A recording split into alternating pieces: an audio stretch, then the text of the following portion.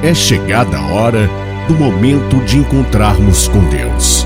Em sua casa, a oportunidade de comungar o seu corpo e o seu sangue, arrepender de nossas falhas e humildemente suplicar o seu perdão e agradecer pela salvação. É hora de ouvirmos e refletirmos a palavra de Deus. É hora de oração. Bom dia! Hoje, dia 28 de maio de 2021, hoje é sexta-feira da 8ª semana do Tempo Comum. Estaremos refletindo o Evangelho de Jesus Cristo segundo São Marcos, capítulo 11, versículos de 11 a 26. Em nome do Pai, Filho e do Espírito Santo. Amém.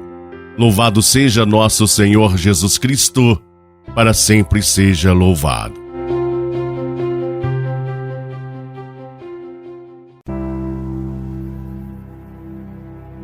Tendo sido aclamado pela multidão, Jesus entrou no templo em Jerusalém e observou tudo. Mas, como já era tarde, saiu para Betânia com os 12. No dia seguinte, quando saíam de Betânia, Jesus teve fome. De longe, ele viu uma figueira coberta de folhas e foi até lá ver se encontrava algum fruto. Quando chegou perto, encontrou somente folhas, pois não era tempo de figos. Então Jesus disse à figueira: "Que ninguém mais coma de teus frutos." E os discípulos escutaram o que ele disse. Chegaram a Jerusalém. Jesus entrou no templo e começou a expulsar os que vendiam e os que compravam no templo. Derrubou as mesas dos cambistas e as cadeiras dos vendedores de pombas. Ele não deixava ninguém carregar nada através do templo. E ensinava o povo, dizendo: "Não está escrito: minha casa será chamada casa de oração para todos os povos? No entanto, vós fizestes dela uma toca de ladrões."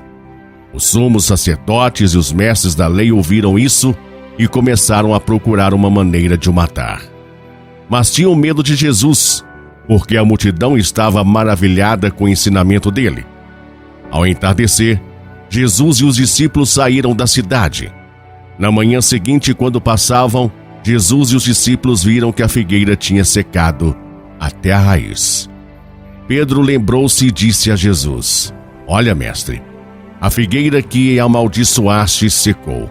Jesus lhes disse: "Tende fé em Deus. Em verdade vos digo, se alguém disser a esta montanha: levanta-te e atira-te no mar, e não duvidar no seu coração, mas acreditar que isso vai acontecer, assim acontecerá. Por isso vos digo, tudo o que pedirdes na oração, acreditai que já o recebestes, e assim será. Quando estiverdes rezando, perdoai tudo o que tiverdes contra alguém, para que o vosso Pai, que estás nos céus, também perdoe os vossos pecados."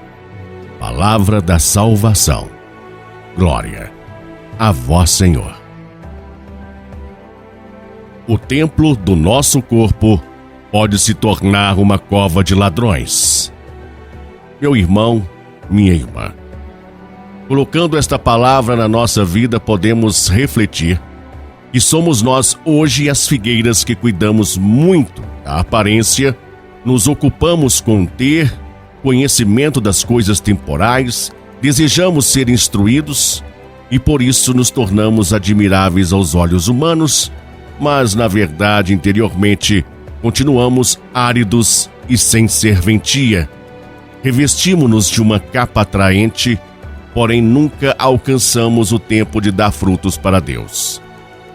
Jesus procurou frutos na figueira e lá só encontrou folhas, pois não era tempo de figos.